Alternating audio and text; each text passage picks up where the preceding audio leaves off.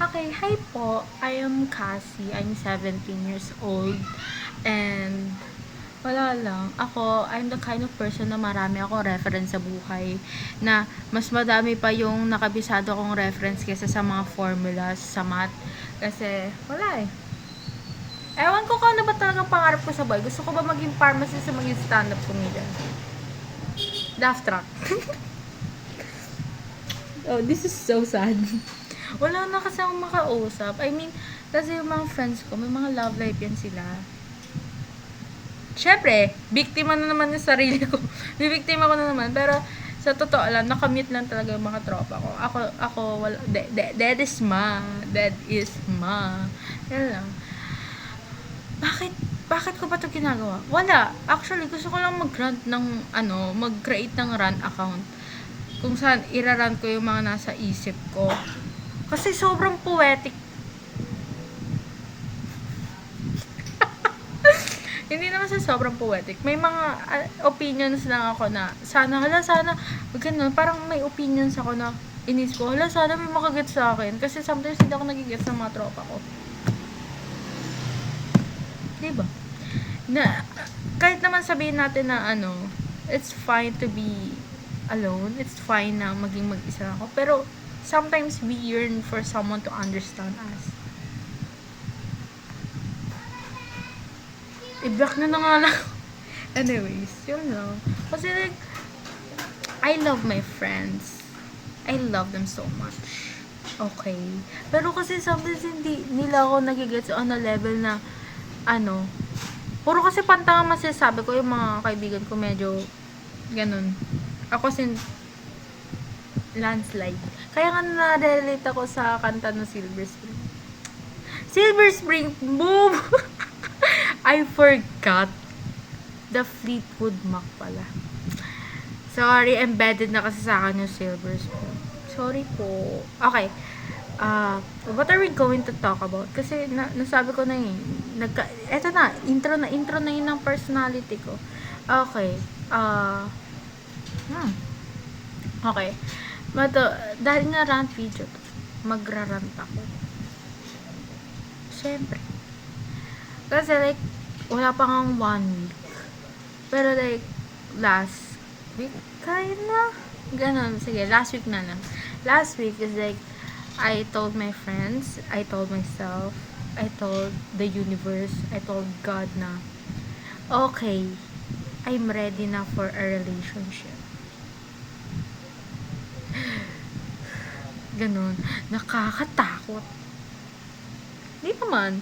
It's just that, kasi like, I always told myself, I always tell people na, alam mo no, kung it is for me, it is for me. Hindi ko irarush yung mga bagay-bagay na ganyan. Kasi, I cannot admit na I wasn't ready for anything. Like, I am not ready for relationship yet kasi I am still stuck in the past, and I am also scared of like, ano bang papasukin kong relasyon type shit. And I have like a video of that saying na I feel like I don't want to be in a relationship kasi I feel like I'm gonna be a bad girlfriend, some shit. Pero like, yun nga, ang na-realize ko doon is like prone ako sa self-sabotage. At least aware ako. Kaya nga, ako, guys, avoidant ako. Aware ako doon. Kasi like, bakit, tinatanong na, bakit ikaw, wala ka pang boyfriend, ganyan. Sasabihin, wala kang boyfriend, ganyan. Inaano mo ba yung pinoprotekta mo ba yung sarili mo, ganyan. No, I am protecting others. Aware naman ako na avoidant ako. It's just like,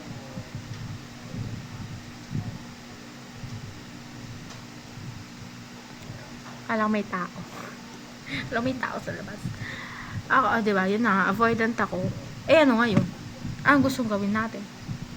Avoidant ako in a way na, I cannot communicate properly. Kasi like, I feel like if I tell people, what is it,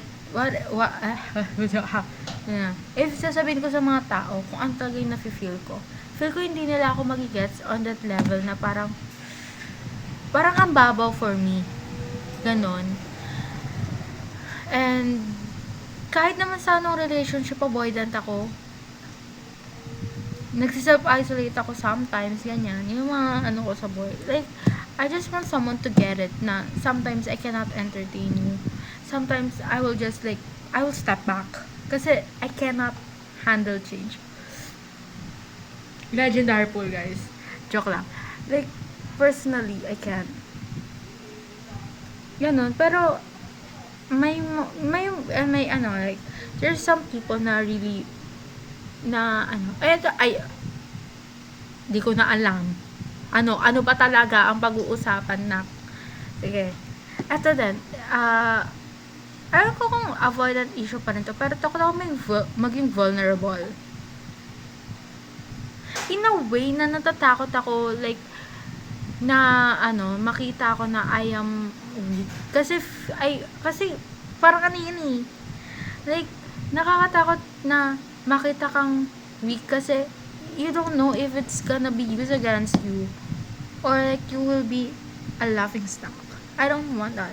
Like, lang, may mga friends ako na I can be vulnerable with. Like, my main friend group. Ayoko nga nang may tinatawag na main friend group kasi lahat yan friends ko, lahat yan tropa ko eh. Lahat kayo main ko, diba? Ganon. Kasi pag may main ka, so ano yung iba, saling ket-ket. Ayoko nang may ganon. It's just that, ang hirap kasi nila yung differentiate. Okay, pero ayoko tawag na may main friend ko. Ito na, friend group ko. Yung, pangat kasi ang pangalan basta, yung friend group ko, were like, 7 kami. Dun ko talaga na I can be vulnerable with these people and like, without like, the feeling of shame after. Gets ba? May mga ganun talagang tao. Kung talaga gets yung buhay ko. Gusto ko lang naman talaga nakausap eh. Like, excuse me. Pero like, yun nga. Naghanap lang talaga ako ng makakausap ko ng matino. Hindi yung like, like a friend. Kasi yung mga friends ko busy yan sa college. Ako lang talaga walang kwenta dito. Enrolled na kasi ako. Lumuhod mga hindi pa enrolled. Joke lang. Sa mga naugali. Yun nga. Gusto ko na talaga nakausap na magigets ako in a level na nagigets ako ng mga friends ko sometimes. Like, ang hirap ngayon. Nagtatry ako online dating. It's not good. I stopped. Parang after mga like 2 weeks, I stopped kasi grabe. Ang lala. Naaano ko. Like, na-overwhelmed ako. Kasi lala nilang lahat. Parang walang ang lala. Ayun lang, ang lala lang. Like, finally, parang to the point na I have talked to a lot of people, nanonotice ko yung pattern. Yun lang. Wala naman. Mali kasi na ako lang hindi naman sa pero like, okay lang naman mag-online dating. Kung yun ang gusto nyo gawin, okay lang yun. Wala akong doon kasi kasiyahan yung buhay nyo yun. Alright? Pero for me, para sa sarili ko, para sa experience ko, I don't like it. And I felt like during those times, I feel so desperate for it. So, parang ayoko siya gawin. Ayoko na siyang gawin. Kasi, ayun nga, ayoko nasasaktan kasi yung ego ko. Nagmukha akong desperado sa pag-ibig. Which is,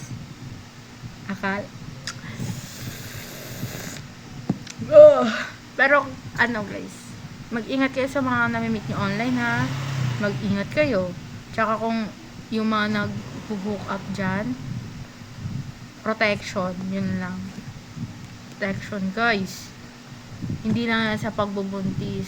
Hindi lang para hindi ka mabuntis. Protektahan yung sarili sa mga sexual disease. Yun lang. Ito, nainggit ako sa mga friends ko na na may love life. Me when I like. Hindi, joke lang. Nainggit ako kasi ang cute nila lahat. Ang cute nila yung parang pag nagkukwento sila na, alam nyo ba, ganyan. Ang cute nyo guys. Naiyak ako. Parang proud ma. Yeah, ito na naman. Igay. Ito na naman tayo sa maternal instinct ko sa mga kaibigan ko. Ano yun lang. Nainggit ako in a way. Na parang, sana may ganon din ako. Ganon. Envy pala to. Hindi to jealousy. Envy. Para wala naman yung in Tagalog. Ano lang. Natutuwa ako kasi my friends finally nag-lock-in sila. Maliban sa mga ibang friends. Pero masaya ako sa mga friends ko na namimit nila yung love life nila right now. Kasi ang saya nila tignan lahat. And I'm so proud of that. I'm so proud of that. I love my friends. Kaya nga alam nyo, kaya sometimes hindi ako nanghihingi ng romantic relationship. Kasi I'm so grateful for my friends. I'm so contented sa binibigay nila sa akin. And I'm so happy for that. I love my friends so much. I'm gonna cry. Over, hindi talaga naiiyak. Ganon. Pero yun nga. Eto, I also kasi,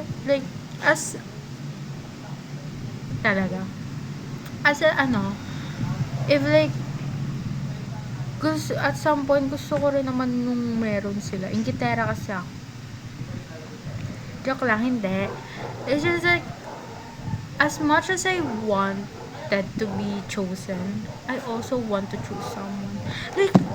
Ang saya kaya, every time na nagka-hangout kami, bigla na lang sila syempre, pag-uwi niya, mag-a-update yan. Ito pala pinag-usapan namin yung araw siya.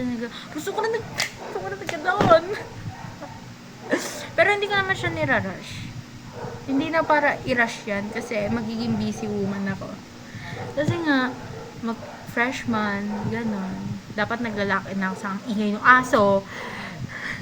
Naglalaki na ako sa school, sa ACADS. Magiging busy woman nga. Tapos kumanta siya. Ito nakaka-correct talaga kasi Georgina Bicat. Bakit sinabi yung buong pangalan? Yun lang. I think lang naman. Wala akong masabi kasi. Wala akong masabi. Ganun. Ayun nga, hindi ko naman nirarush yung romance. Hindi ko siya nirarush, pero I can say that I'm ready for it mentally. Yeah, mentally I'm ready for it. Emotionally, also yes. So, pero di ko siya irarush. Masaya ako kung ano meron ako ngayon. Masaya ako kung ano meron ako ngayon. Yun lang. Thank you for listening to me, to my rant. See you next video kung saan magrarant ako. Hindi! I-upload ko lahat ng rant video ko as long as hindi ako nagsasabi ng pangalan. Okay, bye guys. Thank you for listening to me.